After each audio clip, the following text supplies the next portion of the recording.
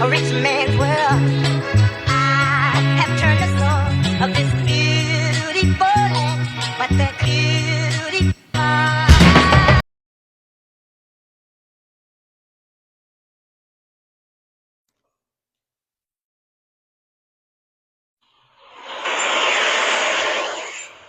That is a very sensitive subject.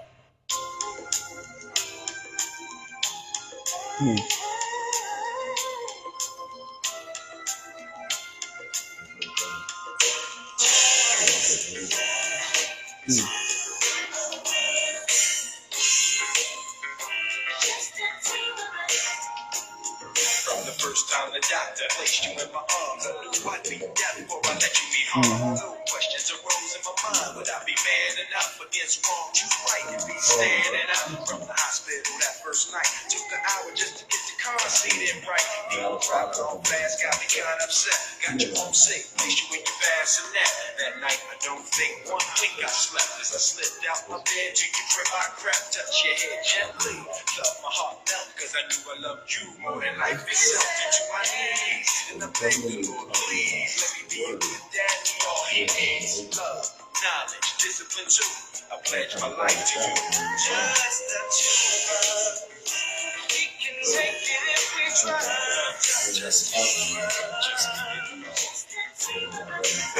Just the two of us. Really castles in the sky. Just the two of us. You and I. 5 years old, bringing comedy. Every time I look at you, I think you had a little me, just like me. We can see, wanna be tall, makes me laugh that you got your dad's ears and all. Sometimes I wonder what you gonna be, a general, a doctor, maybe an MC. I wanna kiss you all the time, but I will test that butt when you cut out a line. True that. Why you do that? I try to be a tough dad, but you can make me laugh. Crazy joy when I see the eyes of my baby boy. I pledge to you, I will always do everything I can to show you how to be a man. Dignity, integrity, honor, and I don't mind if you lose, as long as you came with it. And you can cry, ain't no shame in it. It didn't work out with me and your mom, but your push come to shove, you was conceived in lust. When the world attacks, and you slide off track, remember one fact, I got your back. Just the two of us. We can take it if we try. Just the two of us. Just the Being honest.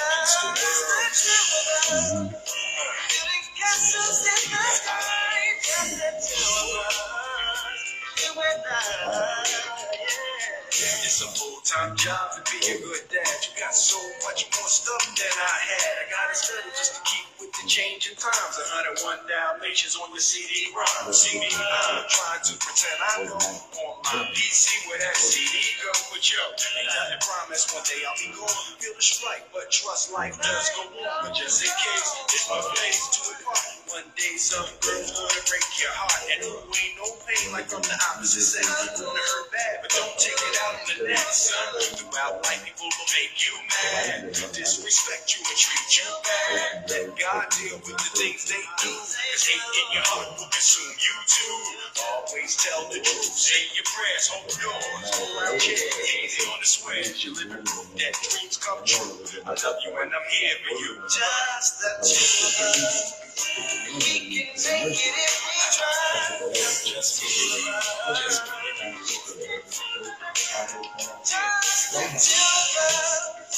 Building castles in the sky. Just the two of us. You and I. True that, true that. Just the two.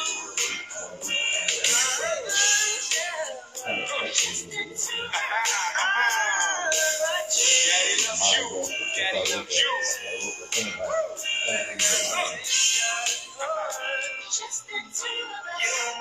For the rest of your life.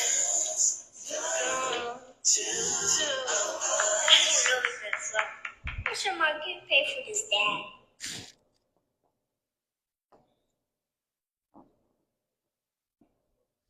We're coming up on a major fundraising deadline. And there are many more between now and the end. Welcome to the WUAO and Hours Show. I'm your host, Michael Phelps from the WUAO and Hours Group. As I always state, WUAO and Hours Group is an informational and educational group. We talk about topics that I think that a lot of our communities might be aware of or might not be aware of. So we try to bring talk about the problems, but we also try to talk about solutions, which is the most important thing: is solutions. They talk about how we can come together as a collaborator to deal with the solution, to make the solution happen. As I say, I'm Michael Phelps from the Wilson Hour Show. I let my other king introduce himself. Raymond Carlisle. Okay. I'm making this top. I'm making today be a special thing. This topic today is just also like let us fathers, us men, us uncles, us cousins, us friends, us brothers, just have a conversation about things that we believe that we can how we can impact our community, impact our families, from any social, psychological, political, economical, spiritual essence, how we can do these things. If you was able to think about that and correlate those type of things all together as one, what would be the thing that you would, what would be the one topic that, or one area that you think that we as a culture has really need to kind of home in on? Because I know right now we in a state where we about to make a decision about the two great evils when it comes to the politics. We're talking about presidencies when we overlooking the in our local states, but we're talking about the president and who has power to push a red button, who can deploy soldiers, your brother, your sister, your kids, overseas for war, who are able to make certain policies that trickle down, but each state has its own jurisdiction though. So why are we so worried about, why we put more emphasis on the president than we do on the local politicians, in your opinion? Mm-hmm. That's a loaded question. I'm a firm believer that responsibility starts with every individual. Mm-hmm. And then when it comes to our children, the responsibility is with the adults. So I believe that because you pretty much, it's almost like, I read in one book, it's called Fluid Intelligence. Mm-hmm. It's almost like equivalent to learning how to walk. When you learn how to cross the street, you look both ways before you cross the street, right? Yeah. You're looking for traffic. You taught your child, when you teach your child how to cross the street, you hold their hand and you instruct them on how to cross the street properly in order to avoid being hit by traffic, mm-hmm. right? Yeah. So then they take that concept of learning how to cross the street, and then they apply that other area. They apply it to other areas like signing a contract. They learn how to read a contract before they sign it. Mm-hmm. They learn to listen before they agree with something, right? Yeah. At least that's the way it's supposed to work. Yeah. Because every time you learn something, you figure out not only for the context of that situation, but how you can take that and use it in other areas of your life. So what am I getting at? What I'm saying is that what you're seeing is a reflection of how people think. So if people are used to functioning in an area where they don't allow themselves to be educated first and to think before they do, but just they do first and then think later, then you see that in everything that they do, which also reflects in how you vote, which also reflects in how you will support somebody, mm-hmm. and not even know who they are. Wow. How you jump into relationships with people that you don't even know. How you'll run to the aid of somebody and not even understand the complexities of the situation first. Mm-hmm. For lack of a better way to put it, it's almost like sloppy thinking. And that's not putting anybody down, but what it is a challenge for us to think before we do. Yeah. Every adult, it's like, I was talking earlier, it's like adults who don't understand what it truly means to be an adult. An adult is not, an adult simply because you reach a certain level you reach a certain age. But when you understand your position in relation to a child, that's the adult, because adult understands their responsibility in the life of that child. Now you're talking about communities. So you talk about, so not only, you shouldn't have to, you don't have to be a mother or a father to understand the responsibility that comes along with being an adult. You don't even have to have kids. Exactly. You can still be a cousin. You can still be an uncle. You can still, there's other, but when you comprehend what it truly means to be an adult, you understand it comes with a grave responsibility. So he says, okay, my actions affect young children or people who are watching me. My actions also affect not just my children, but it also affects other people's children, not just people in my family, but people in other people's families.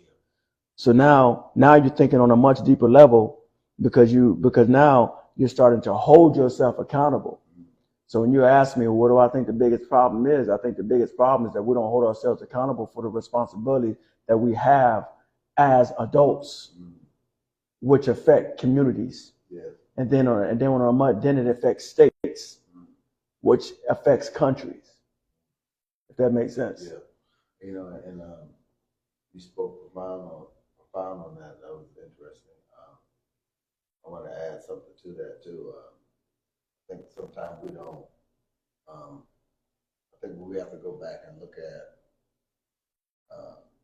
We talk about accountability, and we talk about adults, and you made something clear. I want to kind of go into the area between what clarity is when it comes to adults. Sometimes when we are talking about adults, are we really talking to adults at a particular situation? Because I think that I was remembering when Mike Barnes was on here, we were talking about business, and he said family is not business and business is not family. Now, to each his own, each one teach one, saves one, but each one understands each individual taskmasters. When we talk about taskmaster, we talk about a family as a collective. Mm-hmm. And when we take the family unit, we take a true family and its values and its principles. We take it and we shift it over here and create a business. Yes. They work hand in hand. Yes. Because the same demographics on how the family works, the business is gonna work in the same. They're gonna work the same. Yes. So if you respect the hierarchy, they should. It should. If people respect. Yes. Okay. Now, and then we have to understand when we talk about respect, we got to know what makes a person respect hierarchy. There can't be no violation there when it comes to respecting hierarchy. So if an uncle or big cousin or a father or a mother disrespect or violates the trust of somebody or a person's integrity or a person's moral compass or whatever spiritual thing, if they violate that, then it's going to lack the respect. So therefore, guess what? Well, no matter what that person says, no matter what position they hold in the family, won't carry no weight. It doesn't carry. It annihilates their position. And that's where I think that's why we so why we catching hell as we're catching right now, because there's a lot of violations there, and a lot of people don't address the violations. We sweep things up under the rug because we're trying to deal with. Because a lot of us don't know, but some of us are repeating what we have been taught or traditionally seen, passed down to us, right? And how do we deal with those traditions that have affected us? Because when we vote Democratic, are we voting because of traditions? Are we really voting for policies? Well, I mean, but see, that could be said for either side. Okay. You say, well, why does someone vote Democrat? Then you can ask that same question. Why does one vote Republican? Okay. Why does one vote Independent? Because they don't believe in either or, whatever the case may be. Or Or sometimes people don't just know. They don't know. So like you said, because they know somebody that knows somebody, or they have a relationship with this person, because of their relationship with that person, which I would call reverent power. Because reverent power is a relation is when you respect somebody, and it has nothing to do with whether they can reward you, has nothing to do with whether they have coercive power over you to punish you. It doesn't matter whether they have legitimate power, which comes with a position. It doesn't matter if they have expert power, which comes with knowledge and understanding. But it comes with relationship power, just the power of the relationship in of itself. So in other words, so someone says, so instead of reading the contract for yourself, someone that you know says, oh, it's okay to sign that. Yeah. And so you just blindly sign it simply because you have a relationship with that person and you trust that they won't tell you to do anything that you shouldn't do. So therefore you just do it. Relationships work the same way. Sometimes the person says, well, you should date him. I think he's a good guy.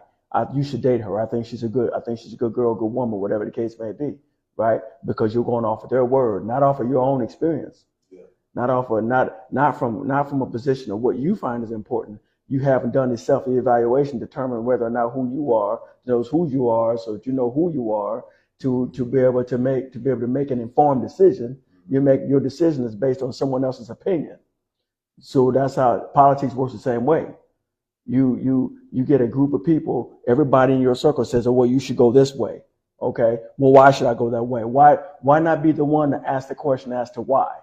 Ask someone to explain their position. When they say you should, okay, well, why should I?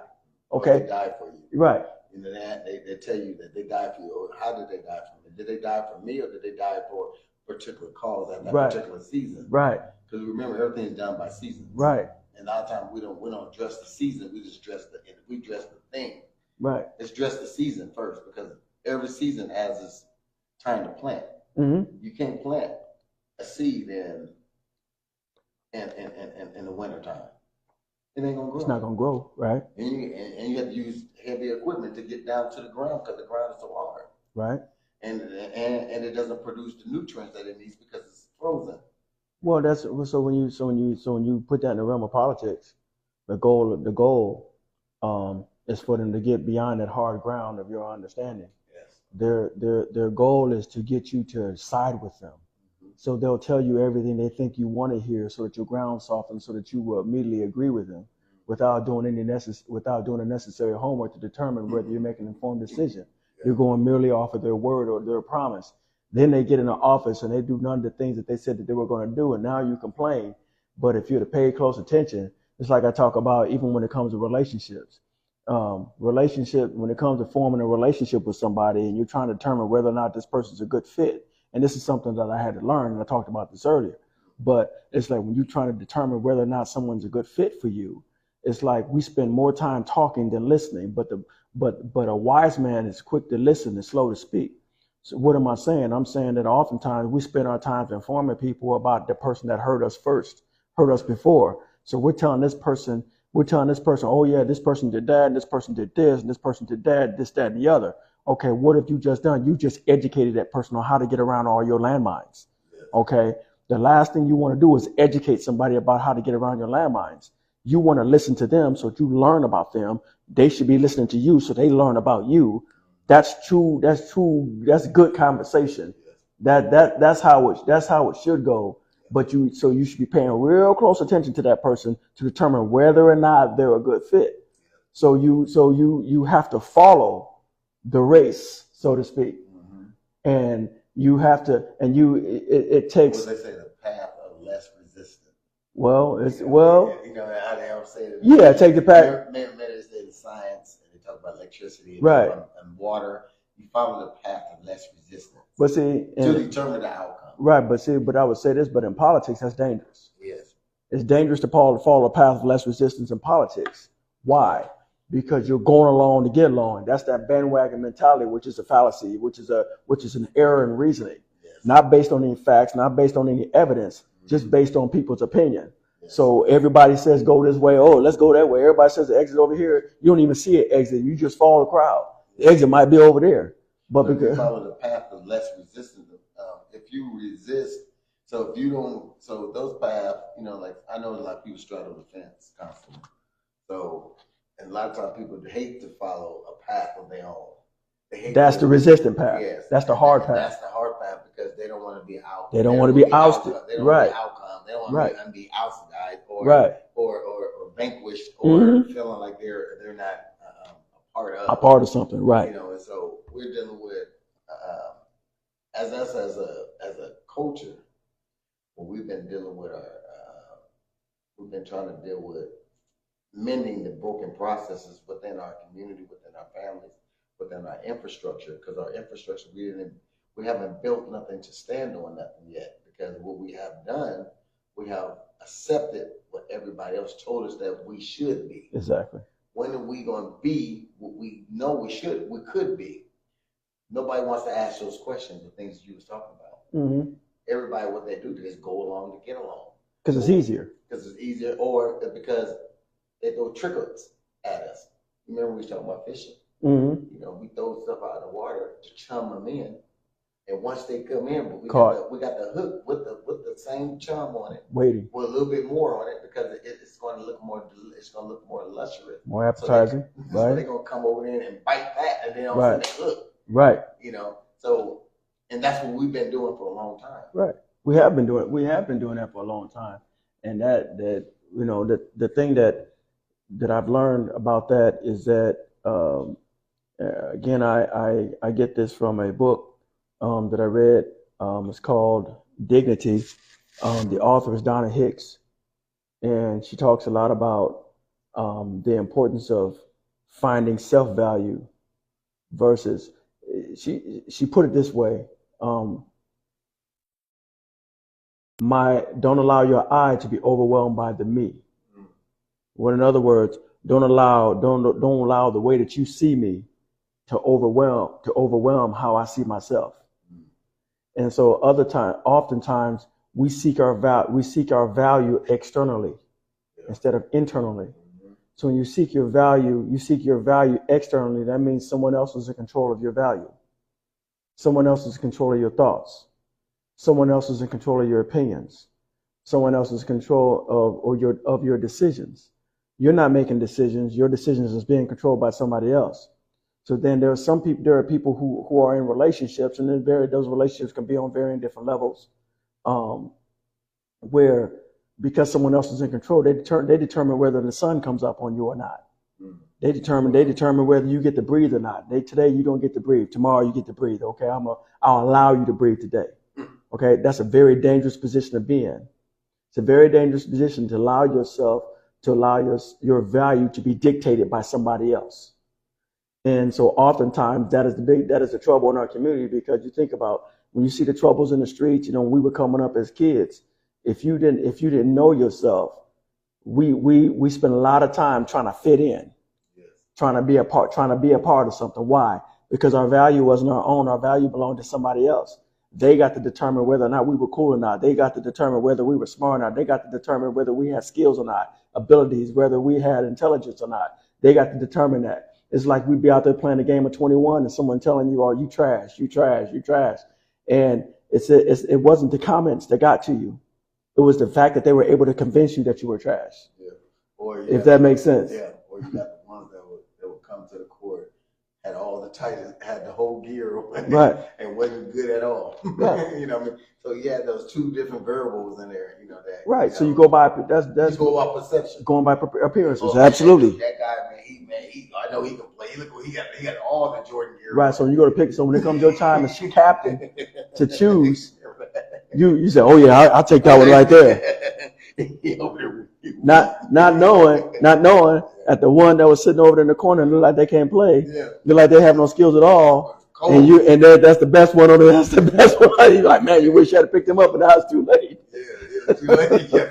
You got this guy dressed all up, looking good, passing the ball. He's looking got the headband on, the shoes.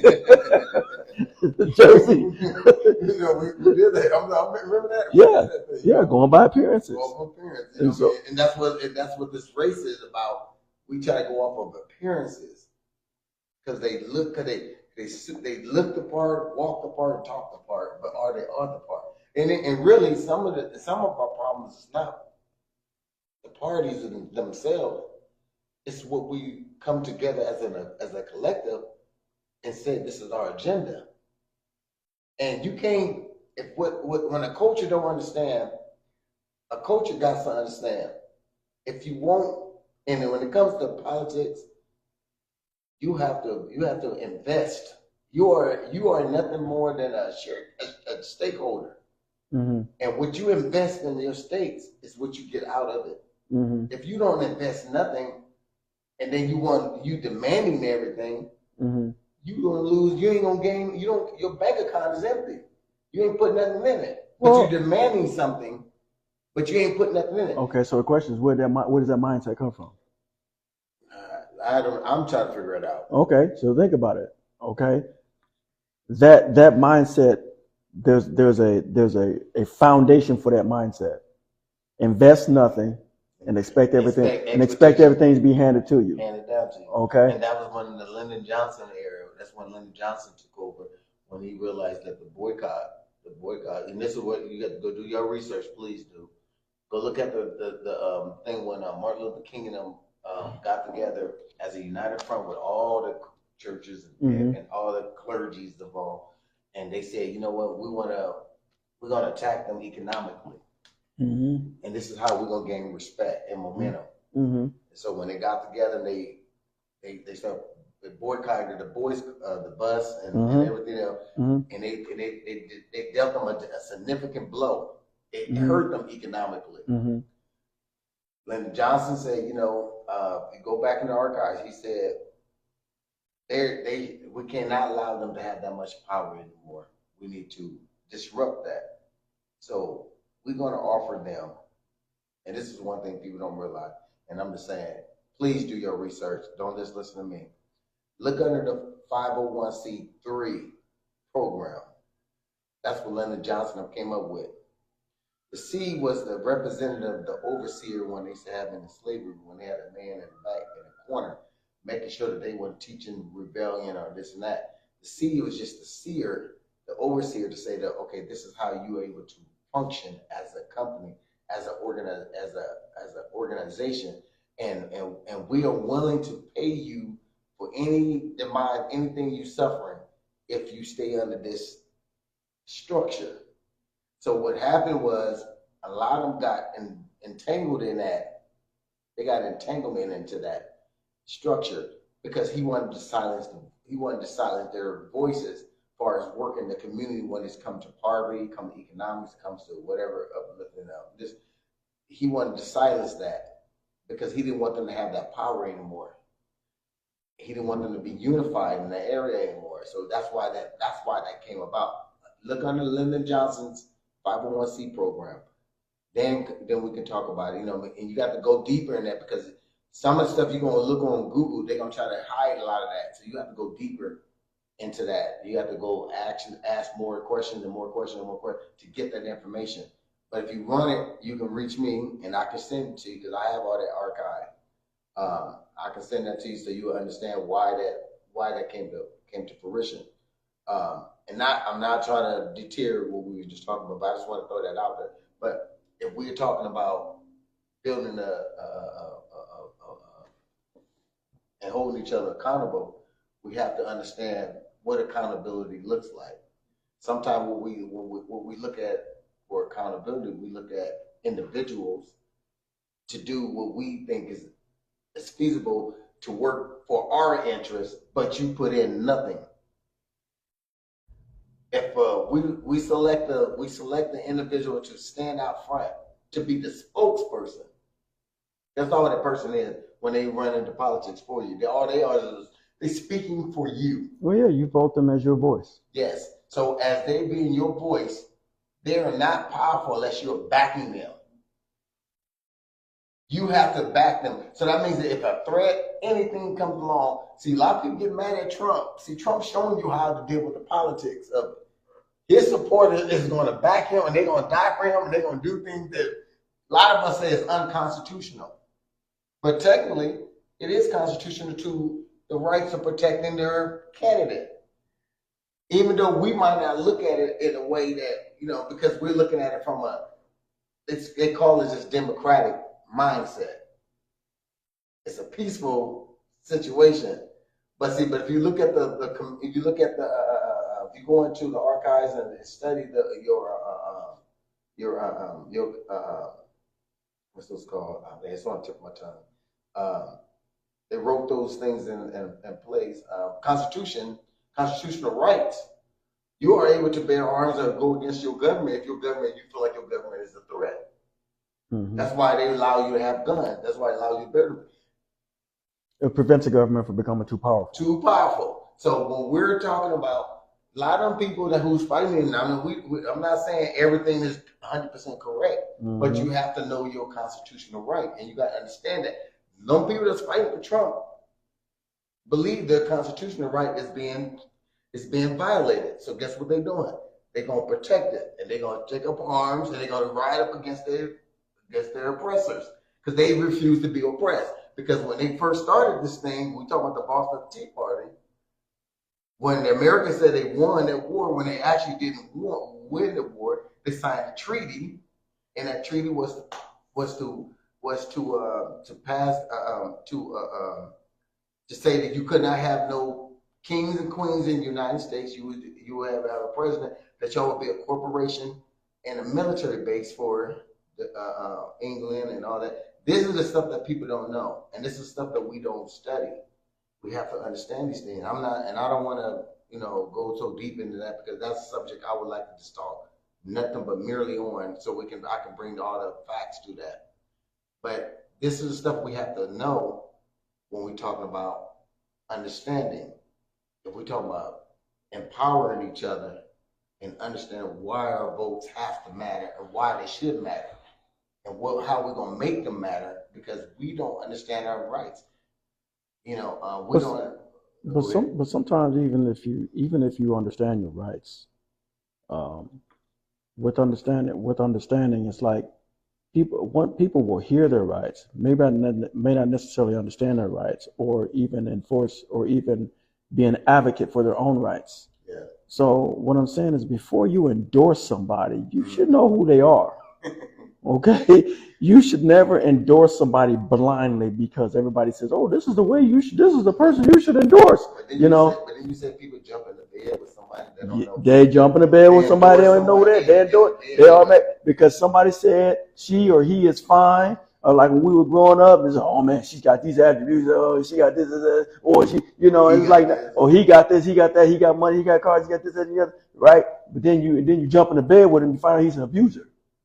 Okay, you jump in the bed with her, and you find out when you're going out the front door to go to work, she's got somebody coming in the back door. Okay, so it's just like because you don't know them, you did not take the time to get to know them. And when you're talking about political race, you have to look at their I'm not trying to say their history. Yeah. You got to do your homework. Okay. Yeah. You got it because in other words, you should listen. Like I said, when you're getting to know somebody, you do less talking and more listening. Well, it's the same thing with a political candidate. You want to listen to both their political and their personal conversations. You want to know who they are at the foundation of who they are, because at the foundation of who they are is who they really are. People will come out as a politician and come out and shake your hand and say, hey, this is who I am. Until one day you wake up after they done made it into office, they've been voted in. Now they say, oh, this is who I really am. Now you're mad because they got your vote. Because they tricked you. But it's not because they tricked you. They showed you who they were the entire time. It's that you didn't believe them. Yes. He said, Maya Angelou said, when someone shows you who they are, believe them. Yes. Don't sit up here and allow yourself to be tricked because you want to hurry up and get things over with. You scared to do the necessary work or the necessary footwork, the necessary studying that comes along with getting to know who somebody is. If that makes sense. Yes. We got a comment. We got two comments here. My brother from Mississippi said, you brothers speaking the truth. He said, they created the gun laws for us to destroy each other and lock us up. They created those laws for people who don't know their laws, who don't even comprehend the understanding of law itself. because law itself is meaning translation of interpretation of words. And so when you don't have someone who can comprehend those laws, comprehend the words, or what they call them, when you have somebody who's able to read the law, who's able to read and interpret, an interpreter. If you don't understand the interpretation and translation of law, that's how we get caught up in the law, because we don't find out about the law until we get pulled over and introduced to the law. And then once you got introduced to the law, then you start to research what them laws are applying to your life or your life cycle or your situation. That's when you start doing the research, because we too busy shaking our butts. You know, I always say, we too busy going to clubs. We too busy doing the things that having fun. Yes, it's fine to have fun. Yes, everybody likes to dance, and you know, it shares that everywhere. Everybody wants to, you know, and to release those things. But there's a time where we gotta start getting serious about certain things. And I think that's what you was talking about, holding each other accountable. Yeah. Well, and I mean, it's funny when you just said that. First thing that came to mind was Roger Rabbit. You ever seen the movie Yeah. Roger Rabbit? There's this scene where that guy is dealing with the weasels. Yes, yeah. Remember? And they smoking cigarettes and constantly laughing. He said, "You're gonna laugh yourself to death. You're gonna laugh yourself to death." He kept warning them, and to the point where they actually did. You see little souls leaving their bodies. You know, because it's like, and that speaks to what you're talking about. You spend so much time having a good time to your own detriment, to your own fall. Yeah. And so what I'm saying is, when they change those laws, when they change those gun laws, what did everybody do? Everybody ran out to get one, but didn't bother to do the necessary necessary research to determine what everything that came with it. Yeah. And see, that's the thing. That's when it said, buyer beware. See, when you're not aware of the purchase, then you set yourself up for the okie doke every time. You and so you've got to educate yourself and say, okay, it's nice. Okay, I got this right now. Okay, let me go read the instructions. Let me make sure I read. It's like those little infomercials that come on. If you notice how them infomercials work, where they're telling you about a product, they say, "Oh, this," and then at the end they start speaking real fast, and you can't figure out what they're saying.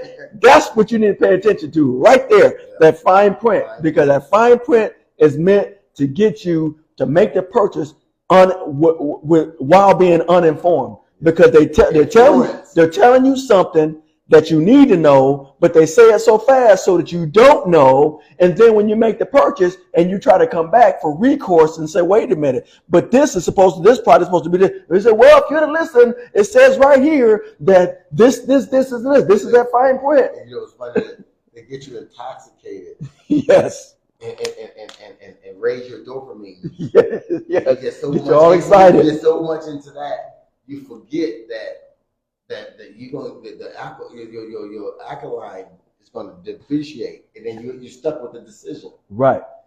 You know, so that's what you're saying. Yeah. It's like you can't be so excited that you laugh yourself to death. Okay. You're having you having such a good time, like you said, out there shaking your butt, that you don't see trouble coming. Yeah. It's like you were so. It's like you. Remember we used to go down to McDonald's. Yeah. Everybody used to hang out down there. Yep. Everybody having a good old time. Mm-hmm. There's always those ones who come down there acting a fool, and everybody scattered. Right. And then all of a sudden everybody go like this and hear crickets again. Then everybody come back. Then a shot come out again. And then all of a sudden you find out, after all how many times it took? But maybe two times. Then all of a sudden the third time somebody shot. Mm-hmm. When they dispersed the first time, you should have went on home. They saved themselves. Should have went on home. Guess what? They came back and hung out and partied again. Right. And then they shot again. They took on. The guy gave us three chances. I remember remember that?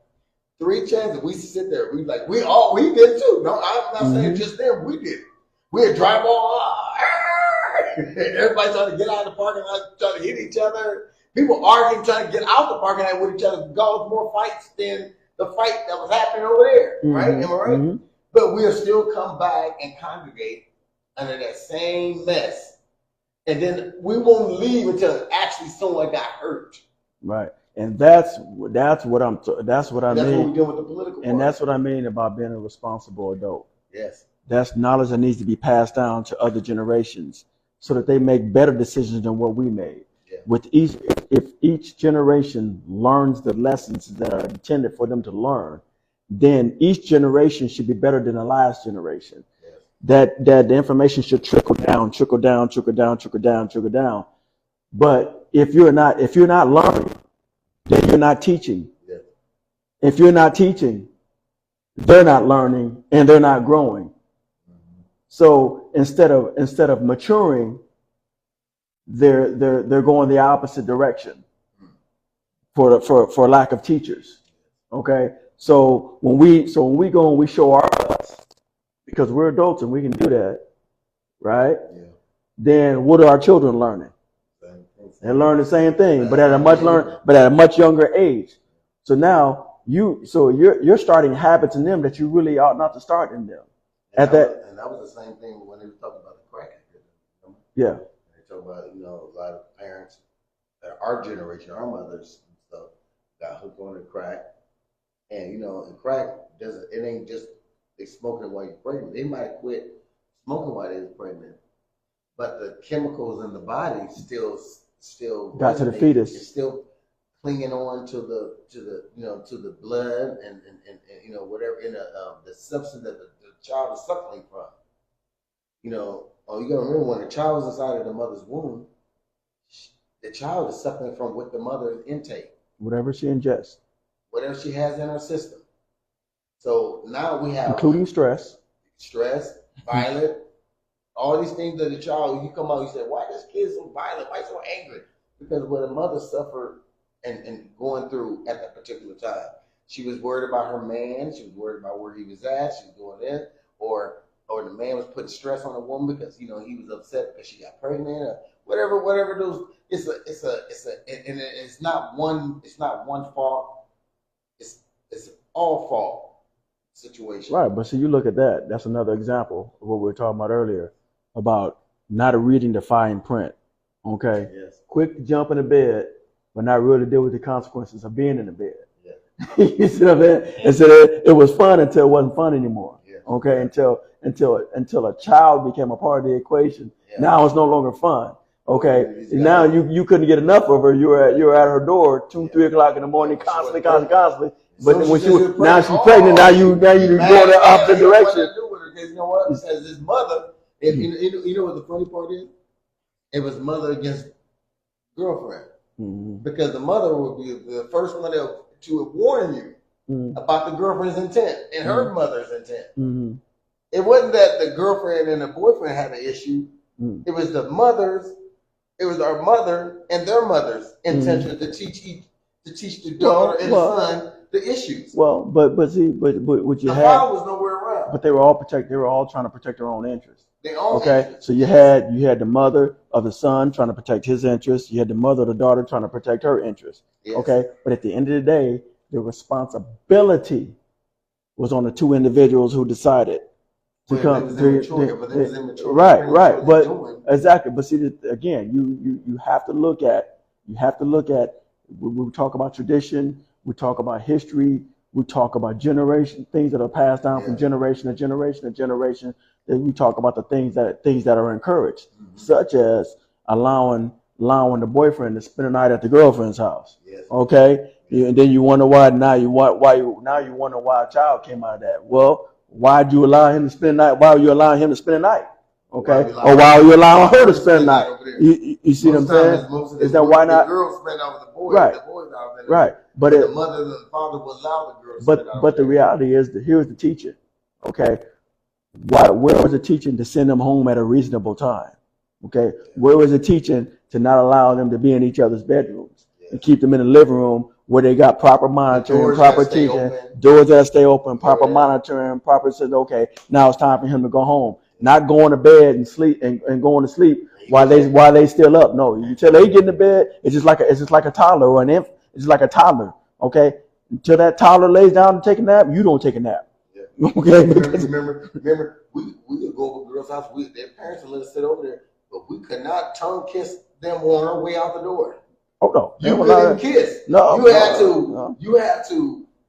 Okay, shake the father's hand or shake the mother's hand and say, okay, thank you. Or if that's it, now see that now you going to down the. That's if there was a father in the house. A father. Okay, okay, but that's if there was a father in the house. But then if even when you consider the mother, it was a matter of okay, what she allowed, what she didn't allow. Yes. Okay, yes. And if she was a force to be dealt with. Okay, yes. If she allowed things, then you felt comfortable to be able to do things. But if she was a force to be dealt with, then she was somebody you weren't gonna mess with. This hindsight 22 in the 90s, I started to realize that when we started dating girls, mothers, if it was a single mother at home, that the mothers was at work and we knew when to go over there. So a system was for gearing that to happen too, because the mother was so tired when she got off work. She was so tired she couldn't enforce a lot of things that she wanted to, because when she got home, she had to prepare a meal, and she was basically in her room going to bed. Right. And so I seen that transpire from the late 80s to the 90s that was happening, because I remember when in the 80s, we couldn't even you couldn't even go into a woman's. You couldn't even come in her house. You had to sit on the porch. You couldn't even do that. Then when the 90s came, they started creeping in. I started seeing that we was able to go into the house because we know that the parents was gone. They was at work. Man, I mean, we'd be out partying, and all they were playing were bump and grind music. Yeah. That's what was encouraged. Yes. Was bumping and grinding. Yeah. It's like didn't nobody want to dance until the bump and grind music came on. Everybody came off the wall when the bump and grind music came on. Remember Ready for the World, boy? They had everybody's going fuck wild. Right, but that's the point, is that my whole point is that established a culture of thinking.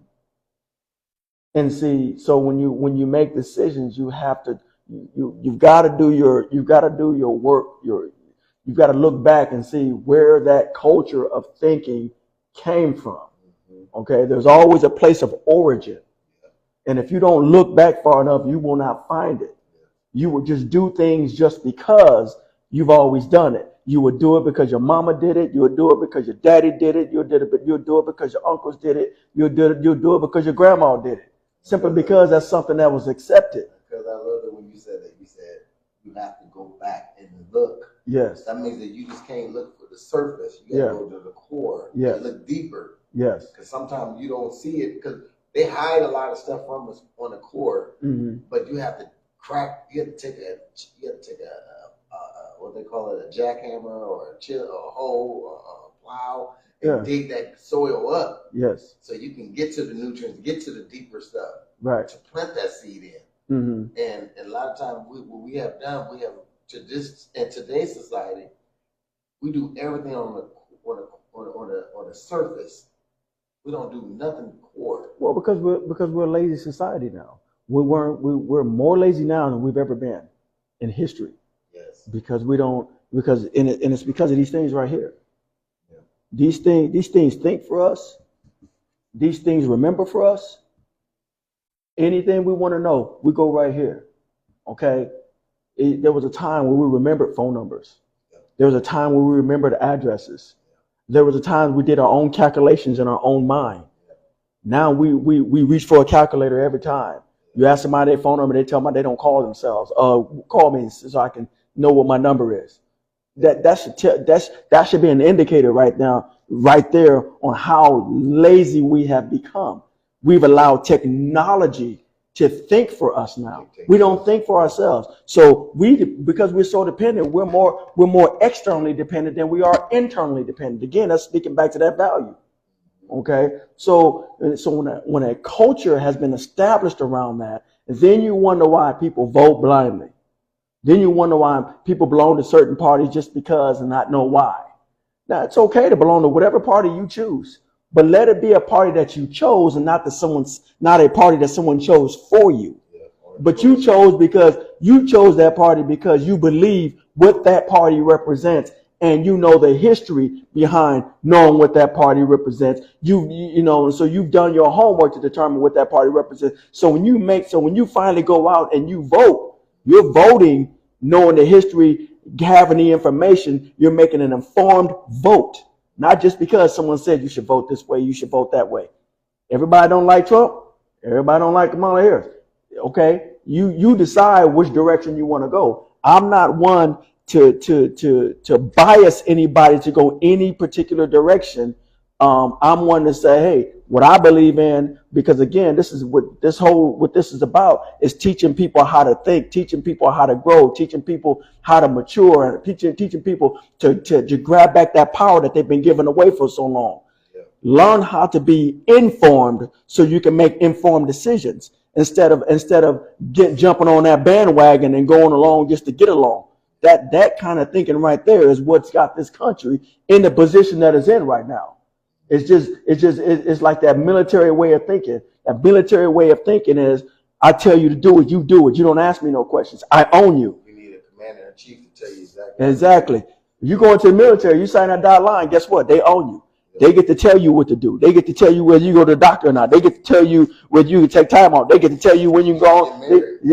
Whether you can get married or not. You don't want to give anybody that kind of power. Mm-hmm. But we do it all the time. Yeah. And then for those of us who are out here free, for those of us who are out here, we do the same thing. We give other people power over us. You decide if I can. You decide if I can't. Mm-hmm. The crazy part about this is that, this hindsight 22 going back, to see when everything started to transition into this type of mindset. In the 90s is a critical point of our development. We started to depreciate in our thoughts by accepting the Bible. It gave us a thing that says those who stand for nothing fall for anything. And I started to see when we started to stand for nothing. In a day, because I remember back in the days when we was growing up, everybody in the community, nobody was hungry in the community back in the day because the community came to each other's services. Remember when everybody was growing stuff in their gardens, mm-hmm. and then everybody met in the middle and they was passing each other. You got corn, you got tomatoes, you got tamales, you got hot tomato, you got hot peppers, you got in some neighborhoods that was the case. In some neighborhoods, the ones who understood the community of collaboration, community, how communities function. Yes. Then you had those communities where you had the ones who was always thinking about going out, because you remember, and I hate to mention names, but there was groups in the community that went against what the community was doing. Like I remember when we was growing up, my grandpa, and I know about 5 different groups.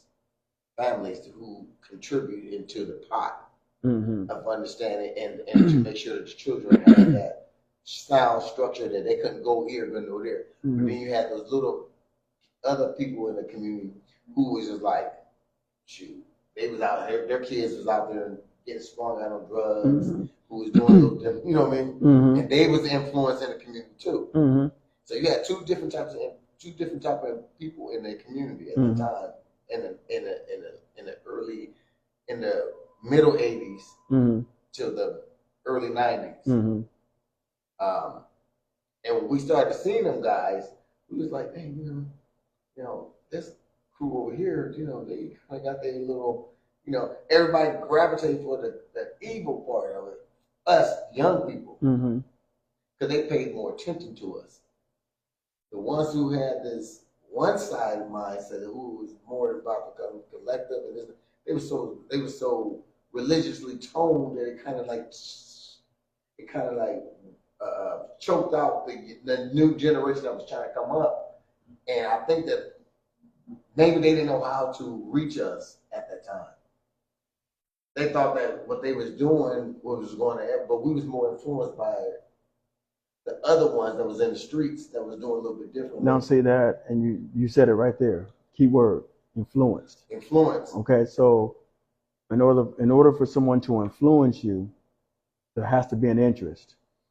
Or it has to be something that they show. For somebody to attract you, the law of attraction, there has to be an interest.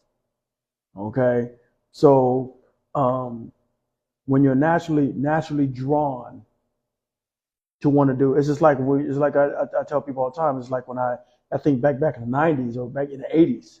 Man, we're dating ourselves right now, but where they didn't allow candy in school. Okay, where the candy tastes the best? In school. Yeah. Why? Because you naturally gravitated to that, and it's not like candy was any different. Okay, you get candy when you went home, but it was just something about having candy. It was something about having candy in school. So when I'm talking about influence, when I say that there has to be an interest, okay, it wasn't that there wasn't a generation of people trying to guide, trying to direct, trying to pass along traditions and things that would be helpful. Okay, it was a cultured people who got to a point where they heard, right? Because we got yelled at, right? And we got told, right? And sometimes beat, right? But that didn't make you listen. Yeah. It only made you hear, right? So, but listening required one to want to understand or to gather that information and use it. Does that make sense? Yes, yeah, that makes perfect sense. But now I want to take that back 360 degrees of understanding. Okay. You remember when Grandpa, he had all that junk in his yard. Yes. And you remember when the city sent them the letter. Yes. And they told him that he had these many days to get that out of his yard. Yep. We all wanted to go and help. Right. But when we went, we got resistance from Grandpa because he wanted to move the way he wanted to move. Right. And then he yelled at us. He didn't know how to deploy certain instructions that were made us feel comfortable enough to want to be there through the long haul. So it kind of deterred us from wanting to help. Mm-hmm. So we all went our own way. Then when they came in and when the city came and grabbed and took all that stuff out of there, and he got penalized and fined for that, he was upset with us. Mm-hmm. He thought that we turned our backs on it. We weren't there for him. We allowed that. And it wasn't that we wasn't there. Mm-hmm. My grandpa didn't know how to communicate. He didn't want to communicate with us because he had a certain way he wanted to do things. The state gave us only so much time. He had 30 days to get all that stuff out of there. We only had so much days. It wasn't about organizing, taking the stuff and getting it out of it. It was about, he wanted to take it because he was trying to set up other garages to put the stuff in, remember? So we was in loss. We was out of tune with what he really wanted to do because he didn't know how to articulate that conversation to us. And he didn't tell us why he wanted us to do this. Because, at the end of the day, when Grandpa got sick, when he told me, he said, well, grandson, the reason why I wanted it because I had a lot of valuable stuff and that was worth a lot of money. And so I just couldn't allow y'all just come in and start taking this stuff and dumping it to the dump. He said, because there was valuable stuff there, but it was hidden behind on top of unvaluable stuff, on top of things, So you had to go through a lot of plethora of stuff to get to that valuable stuff. So it kind of like, when we looked at it from our point of view, like I was telling Grandpa, I said, but you got to look at it from our point of view. It all jumped to us because it was just sitting there and you never used it. It was there for years when we was growing up for a whole entire time. It never was touched. It never meant nothing to. It seemed like it didn't mean nothing to you because it was just sitting there and you was piling stuff on top of that, and top of that, and top of that. So you see how the communication got lost in translation and interpretation. Yeah. So this is what happened when it comes to understanding when we talk about our religion, when we're talking about our families, when we talk about community. We get lost in so much of translation and interpretation of things, and they compile with things on top of things that you don't know where the value is at. Well, so we fight against understanding the value between each other. Well, back then when we were growing up, there was a lot of do as I say, not as I do, yes, and do it because I said so. Yes. And without question. So, and that was a militant way of teaching. And how do you? You always ask questions. Well, yeah, we always ask questions. I was just talking about that earlier. We got whooped. You got whooped for asking questions, but I was going to ask my questions. I'm going to ask. Right. But the thing is that, and that's the point, is that when you don't explain the why behind the reason, or the reason behind the why, then they're not going to understand. Yes. And if they don't understand, like you said, it's not going to make sense. All you see is junk. Right? You say, wait, and it's like, no, there's a reason to the madness, but he's not explaining the reason to the madness, because you're like, well, all I see is junk. So what's the point? This is all go junk. What did you see? I'm talking about, that was just my opinion. Well, yeah. What was your opinion? Well, that's what I'm saying. What did you see when you seen it? We saw junk. I know, but what I'm saying is, but the thing is that junk. Right, but because it wasn't explained, because back then adults thought they didn't need to explain. Even matter of fact, to kids, stay in a kid's place, stay in a child's place, and understand there was a place for a child to stay in.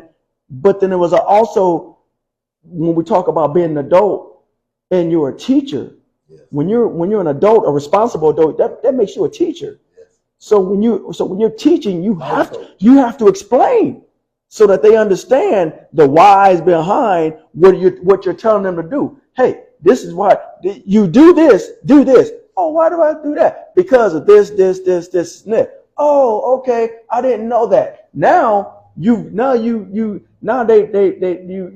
bought their understanding. You've got them on board because you've taken the time to explain it to them, right? So some kids were better at it than others. Some kids actually had parents that explained things to them. So they made better decisions because they had parents that explained things to them.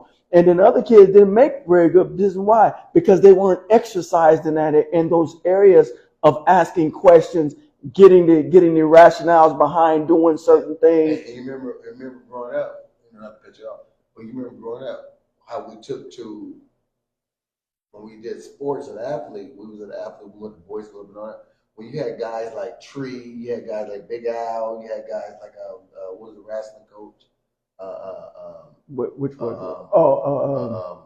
The wrestling coach, the boxing coach. Carl, okay, yeah, Carl Washington and all them guys. Yeah, they took the time when our parents was always like, we don't have to explain to you, and that's why a lot of kids went outside of their house and got the information from the community, from other people. When Carl Washington, Lil Joe, that's what you're trying to say, Lil Joe. Lil Joe and all them, you had all them guys, Joe Ferrazzi from the South Side. When we had all these guys telling us they was able to take, but when I found out they didn't have that relationship with inside their home, but they had it within the community. They was able to share that with their kids and the kids in the community, but at home they was a little stricter. They was different. So their kids didn't see the same. They didn't see what we saw. We took to the guy. We like Carl Washington and all that. Everybody loved him. Because he took time. Joe Emerson and all them guys. They took time with it. They was really there for us.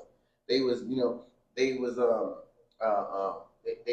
helped nurture our anger, our temperament.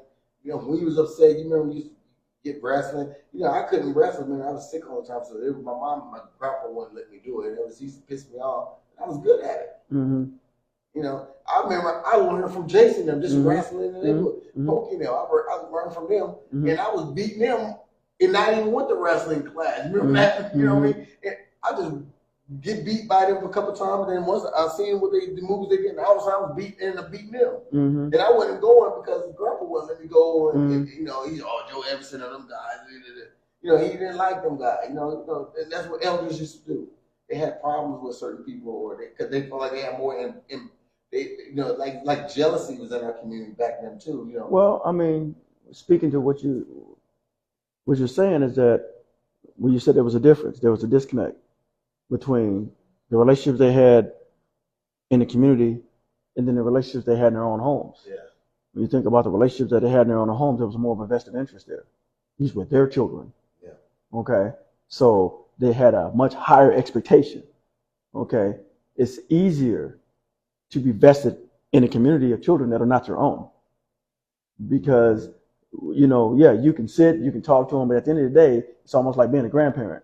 Well, some grandparents, because some grandparents end up raising their grandchildren, but some grandparents get to send them children home. Yeah. Children come over, they get to spoil them and everything, and then send them back home. They don't have to deal with the bad behavior. They've already been through that with the parents. So that now it's their parents' responsibility. So they don't have to. So they can sugar them all up and let their parents deal with them bouncing off the walls all night.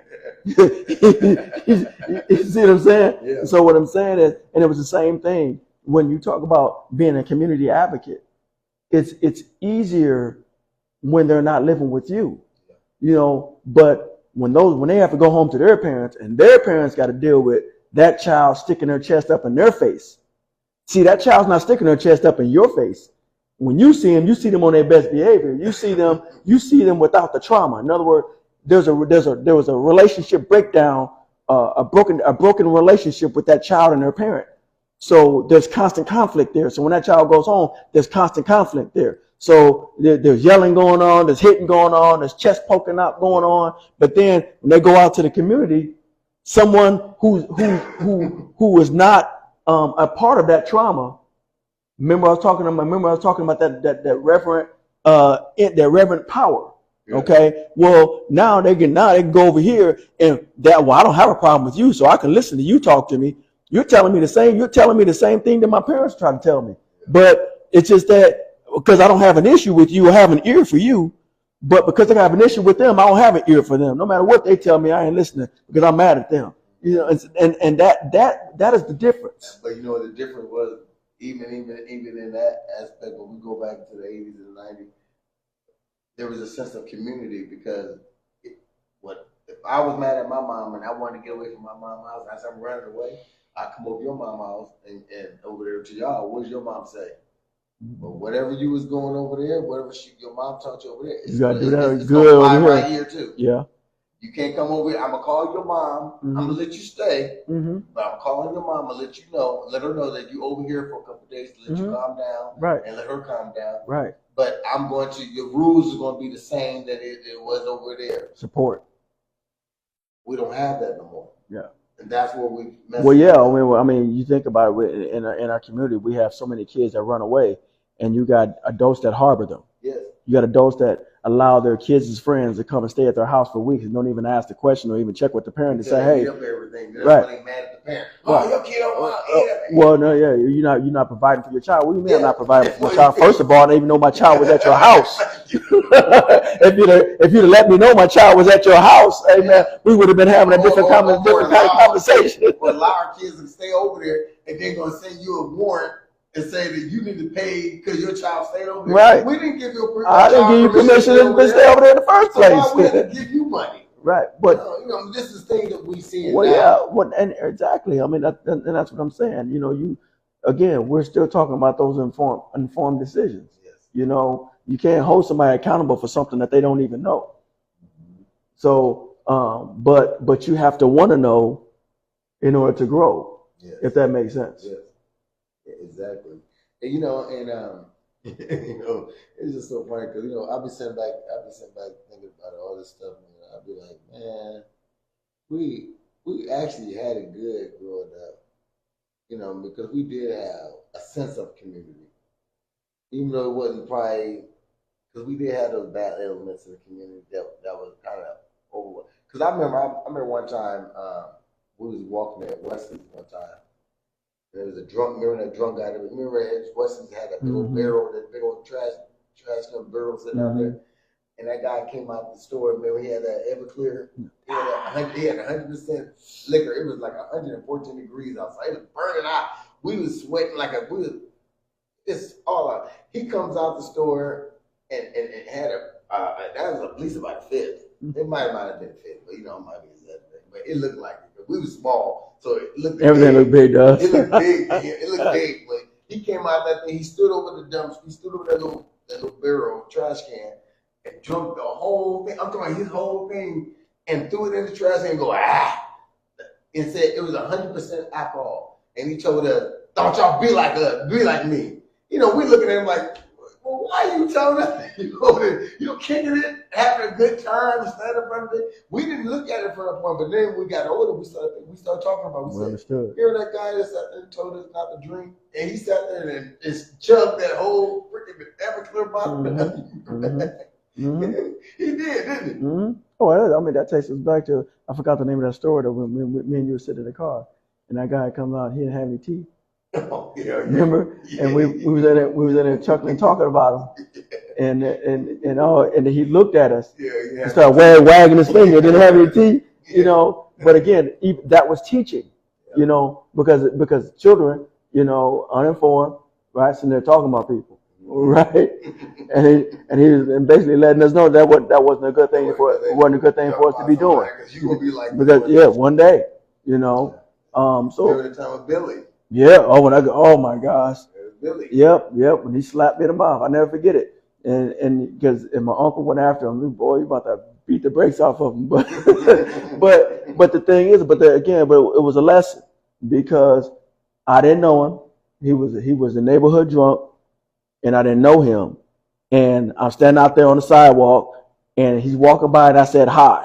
All I said was hi, and boom, popped me right in the mouth. And this is what he said: that'll teach you not to talk to strangers. And so again, that was a lesson that I learned, a very hard lesson, but nevertheless, I learned it. And if you knew Billy, if he popped you in the mouth, you would have been mad at him because you'd be like, this guy looked like Fire Marshal Bill. Yeah, he did. He was a black Fire Marshal Bill. He looked just like Fire Marshal Bill. Let me tell you something. Yeah, that's what he looked like. Yeah. But for him to smack my cousin, I and he's real skinny like him, and he was a drunk. Yep, constantly drunk. He was always drunk. Constantly drunk. Mm-hmm. And he had dentures. Yep. And they would move when he would talk. Yeah, when he would talk. they fitted properly. Big, long, like horse teeth. You know what I mean? And we would sit there, we would make fun of him, just like we used to get up in the morning. And he had a lazy eye. He had a lazy eye. Yep. And but there was a guy there was a character that when we went to work, my grandpa had it all working for him. Mm-hmm. Oats. Oh yeah. Oats was skinny, and he looked like Fire Marshal Bill too. But he reeked of must. And in the wintertime, we hated driving in that car because my grandpa had to keep the windows up, and he stunk. So, and we all, and they put him in the middle. No, was he? No, he wasn't in the middle. No, he was by the window. He was by the window. He still was stinking. Yeah. And we just sit there, and he had these plaid pants that so like the spunk just stuck to the plaid pants. And we used to fight. We always almost get in a fight because we were sitting next to him. We were literally almost about to fight because I'm not sitting there. No, you came last. You should have got up because it was all about we all spent out what was doing. What happened was we spend out my grandpa house so we all can wake up early just not to get up, to not sit next to him. So who didn't wake up on time? Is the one that had to sit next to us. And sometimes we'd stay up all night talking and playing outside, and then we'd be tired in the morning. We didn't want to get up right away. But then what triggered to make you pop up is I gotta sit next to us. That was like your alarm clock. And then we all have to be ready to fight each other. Mm-hmm. And my grandpa was like, "Y'all better cut that crap out." Mm-hmm. And we had to figure out who was gonna sit next to him. There's times that he had to sit next to him, Curtis had to sit next to him, James, me. Sometimes we just rode in the back of that truck. And Kenny should have been running sit next to him. It'd be freezing cold. Yeah, but we had to sit next to him. But it was funny, man. So this is, these are little stories. That's why I wanted to have this man talk today. Because it's therapeutic. Yeah.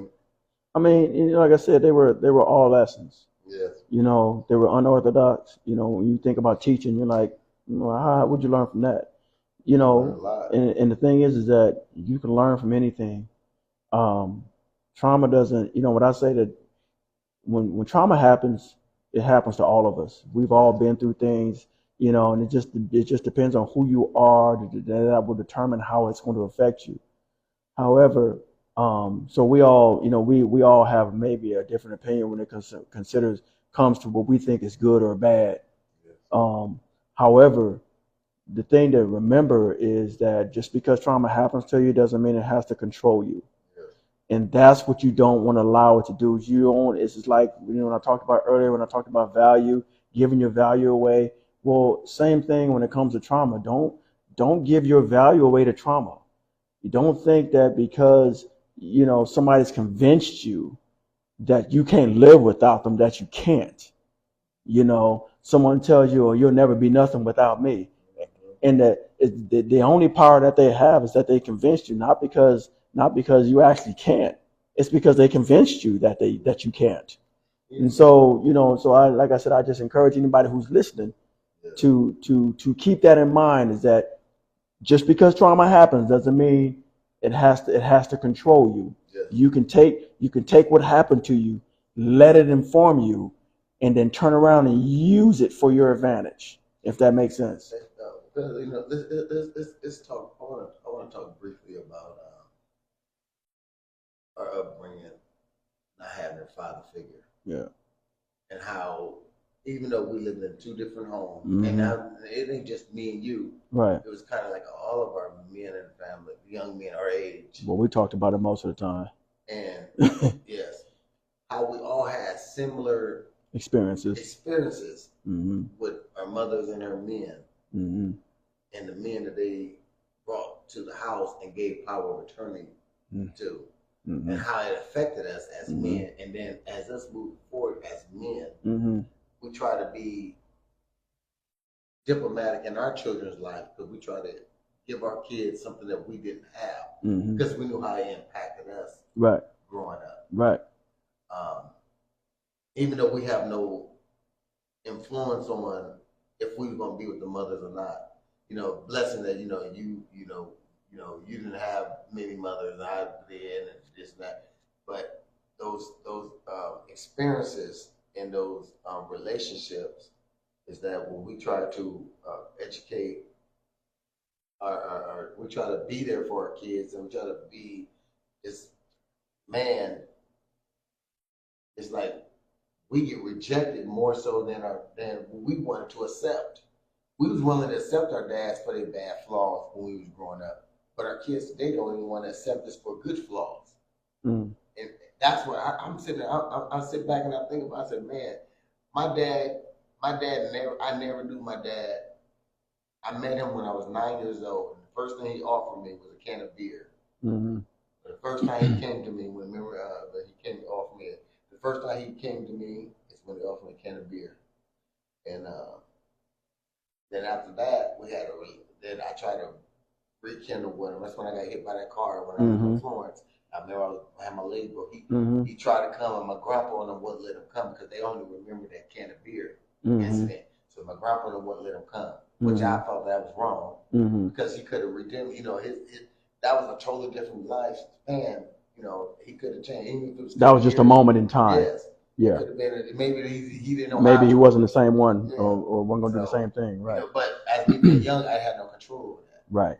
So, but then when I got older, when I got into that little thing with me and Curtis got into it. Right. And the guy threatened me. My dad came down and got me. He said, because I don't want to kill nobody. I'm going to come and get you and bring you out here. You know, and so took me to Texas.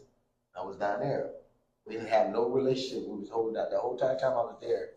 Me and my dad never spoke. Only thing he asked me to do was go get him a can of beer out of the refrigerator when I got off work. That was the only conversation we had. And I was sitting back, dang, you know. But then when my dad got sick, we went down there. Me and my sisters went down there and got him. And we had this conversation. We was at Manual Hospital. I remember we brought him. My dad, he put in his thing. He did not want to come back no more. We brought him back here because we thought this was they thought it was the best thing for him. I co-signed with him because, you know, hey, we said we were gonna do it as a group, as a collective. Let's do it. So we brought him here, put him in the place. My dad just distributed bad behaviors when he got here, and you know, it made us start questioning a relationship, because we all sat there. We was at Emmanuel House. I ain't gonna never forget. My dad had dementia, real bad dementia, and you gotta remember, he had dementia, he had prostate cancer, he had bone marrow cancer. He just was not in his rightful mind. So, but how he acted toward us when we got him here, it was really hurtful. And so we were sitting in the meeting hospital. He made us get to the point where we had to start questioning each other. Said, "Why are we doing this for him? You know, he ain't did enough for us. He ain't did it." And if it wasn't for God touching me on the shoulder and say, "You know what? This ain't about you. I'm testing you, because you know what? This is something deeper than what you think it is." I had to really go into self. And I think a lot of times we don't go into self to understand how to deal with certain situations. My dad wasn't there for us. I'm talking, Satan was there right here in my ear. He was in all my ear. He had us all questioning, and we was ready to abandon him because my dad was just acting a plum fool, just dogging us out. We was ready to give up on him. I'm serious. I lie to you not. My sister, I can call my sister right now. We just talked about it yesterday. And I said, and we was like, well, why are we doing it? He ain't never been there for us. He ain't been. We over here now. We got to give up our life and deal with him. And he didn't give up his life for us. And this is what we have. This is the conversation we having at good thing it was at a square table, it wasn't at a round table. So that means that everything was not being reciprocated. It's just being put on the table. Mm-hmm. At a round table, everything's been reciprocated. We got to find a solution. So we sitting at the square table. We sitting there talking. So and something to say, you know what? He ain't in his rightful mind. We just gotta endure the agony and pain. When I said that, my dad changed. I'm just being honest with you. He always said my sister's name and act like he knew them, but he acted like he did not know me at all. So my sister's name was telling me yesterday. They said, "Bro, Dad knew who you were. I think he just did that intentionally. For some reason he had something against you, and even though you took care of him more than we did, but he just seemed to had a problem with you, or had something against you. Like, he ain't never been there. I'm thinking yesterday, he ain't been there for me. Why are he mad at me?" You know, this is just, you have to really know God, to really change, to really not allow certain things to affect you, because what he was displaying at that moment, it was really a confirmation of knowing you have to really know God to understand. A lot of times I think we say we know him, but we don't. Because even out of the midst, when I sat back and I thought about Samson, I thought about all the people in the scriptures, I'm like, man, these people said they knew God, but then you look at some of the behavior and some of the practices and some of the things they did, they really displayed that they act like they didn't know him. But they did know him, because it says in the script, it says in the word that they knew him. But by some of the behaviors and some of the characteristics that was going on in their life, they didn't really know him, because they wouldn't display that thing, because especially if you had that personal relationship. And I had to go back and think, I said, man, you know, when my dad went through the stage, and I had to go through that, even though to his death, he kind of denied me and said that he didn't know who I was. Every time I came, "Who are you?" But soon me and my sisters are walking in, "Hey, daughters." Oh, he's a me, man. And I'm the oldest, you know what I mean? He never raised none of us in the house. He didn't know none of us. He didn't have none of us. He never raised none of us. He raised us all. He wasn't there for none of us. But they killed him, kept saying, "Oh, he just did that because he was just doing that." I'm like, wow. But you have to know. And as I say, some things you have to deny yourself. You have to deny your own personal feeling to help others. Even when you know, there was a pledge we had to take. We the willing do for as much for the ungrateful as we do for the willing. And I never knew why we was taking that pledge. Now I understood that pledge. Because you do a lot for the ungrateful. There's a lot of people who are ungrateful for the works that you put in. A lot of work. You can put in a lot of work and they're ungrateful. You can be the most symptomatic person. You can be the most caring person. You can be the most, you know, we're living in an age where Satan's greatest gift is to prove is to make us believe that he doesn't exist. And so we're dealing with that right now. People believe that he doesn't exist, but they say that they know of him, but they don't believe he exists. And that don't mean that he has the power to do the things that he's doing. It's just that we have the power. We have the power to give it to him. So we giving it to him, because if I would have gave it to him what we was feeling at that time, see, I would have gave in to Satan. But I knocked his power out by saying, no, this is my dad. Regardless if he did me wrong, or regardless if he felt this way about me, regardless if he wasn't there for me, I'm going to still do my responsibility as a son. Because he's in it. He knows not what he does. He knows not what he knows. Christ said, forgive them, for they know not what they do. That was a moment for me to see that moment when Christ said that. And I just wanted to say that. I just want to share that with people, because I think our community needs to know that. Sometimes we have to forgive people when we don't believe they should be forgiven. It's not our responsibility to hold people to make people good way, you know. And I'm not saying that you have to keep enduring pain and suffering, because we did that growing up, living in a household with a pretend dad or pretend male figure he wasn't in the male. He was the boy coming into a house, but my mother was trying to elevate him into being the man. He didn't know how to be a man, so therefore he came with childish behavior. So in that childish behavior, we had to endure childish acts. And did it affect us? Yes, it did. Did it hurt us? Yes, it did. Did it make us see our mothers differently? Yes, it did. Did it make us hate our mothers in some aspects? Yes, it did. But guess what? We still loved our mom, but that still hurt us. That don't deter from what happened.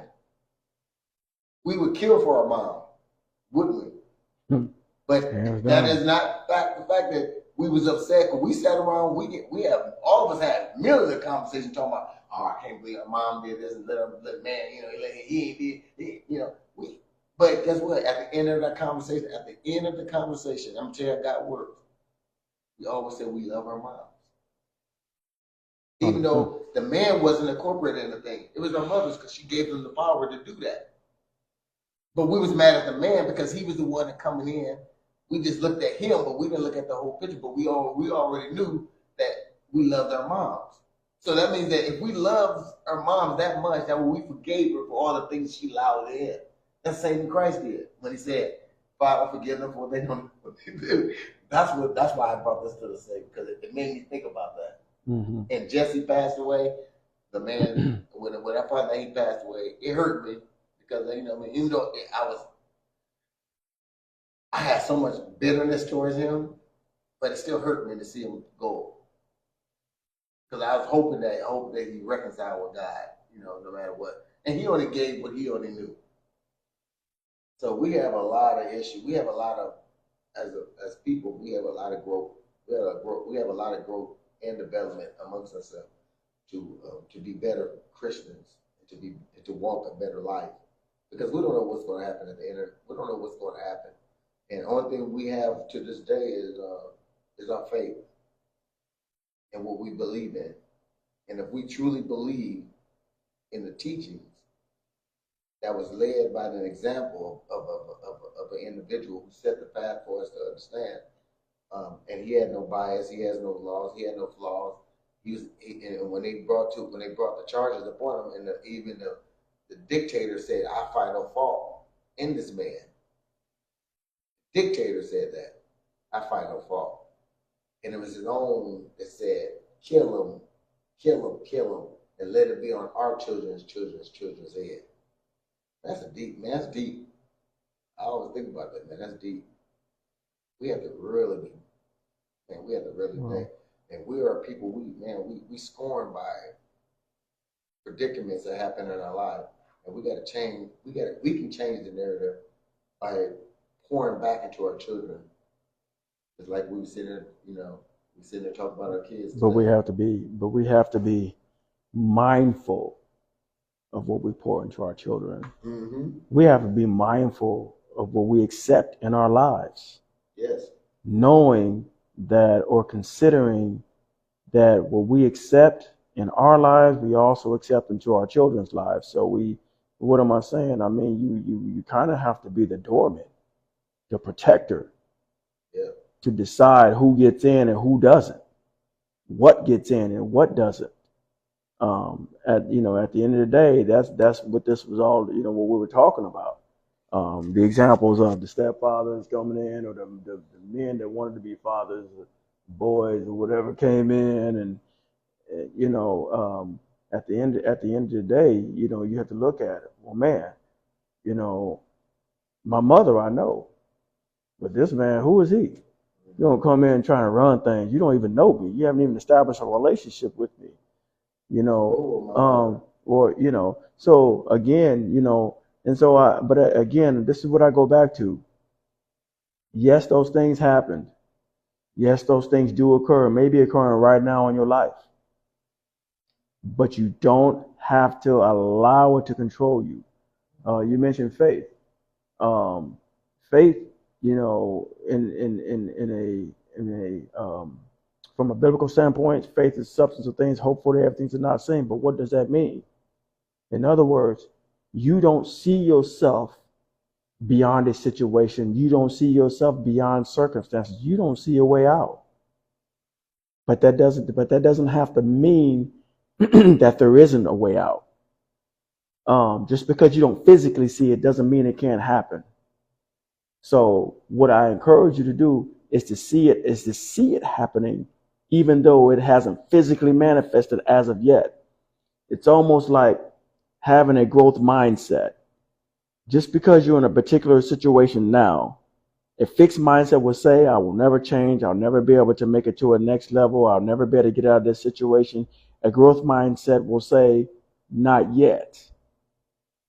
So to break it down and to keep it in the most simple terms possible, that's how faith works. Faith works by I may not be there yet, but one day I will be. Okay. If I continue to put in concerted effort, if I continue to be consistent, if I continue to work at it, if I continue to take a step at a time, as the saying goes, there's no elevator to success. You got to take the stairs. So when it comes to change, it means you got to put in some work. It doesn't mean that it's going to be easy, but it just simply means that it's got to mean enough to you to make that thing happen. And whoever you need to surround yourself to make that thing happen, you surround yourself by them people. Whoever's not helping you make that thing happen, those are people you kick off your bus. But you've gotta be diligent about and deliberate about the choices that you make. Whether you're a parent, whether you're a coach, or whether you're a lawmaker, or whatever you're a politician, a doctor, a lawyer, whatever it is. No matter what walk of life or whatever profession that you're in, or whatever the case may be, you have a responsibility. And that responsibility is to act with integrity, with the interest of with the consideration of others' interests. So if you were a senator or whatever the case may be, and you have a community that you are responsible for, or if you're a congressman, whatever, and you have,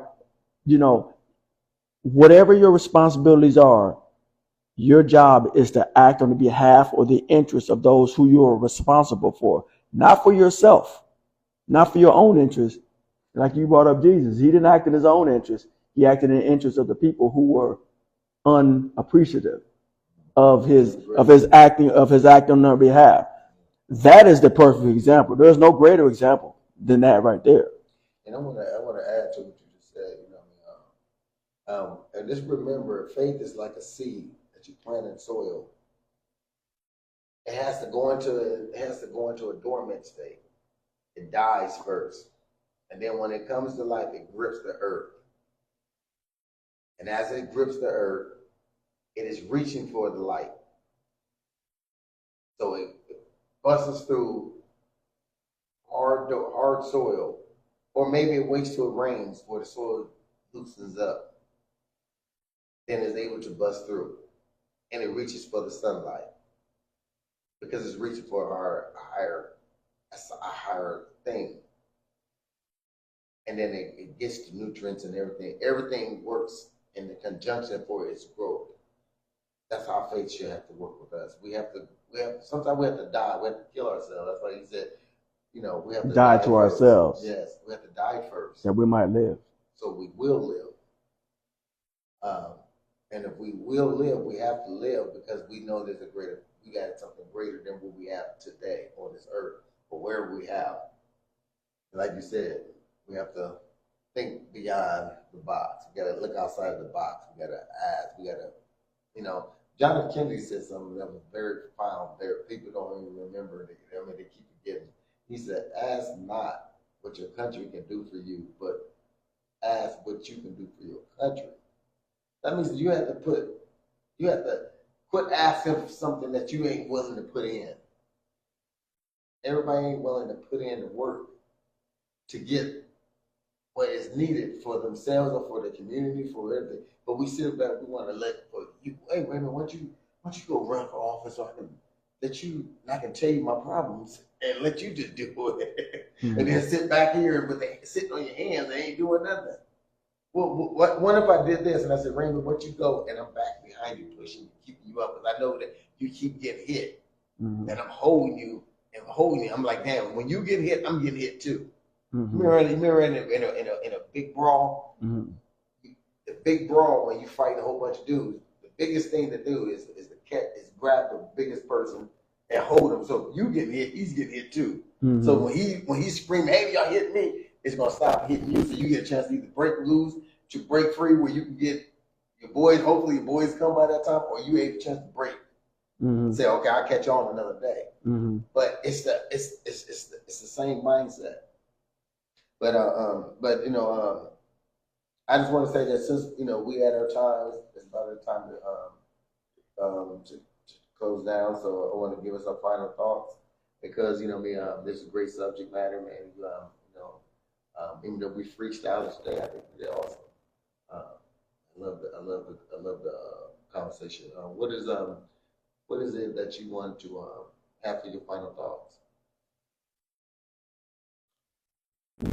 You are not powerless, but you are powerful. And what I mean by that is power is and should always be with you and not with another. Power is internal and not external. Exercise the power that you have. Yes. And I'm gonna leave with that because I think he said enough. I just want to say we us and ours, love, life, loyalty. So peace. A rich man's world.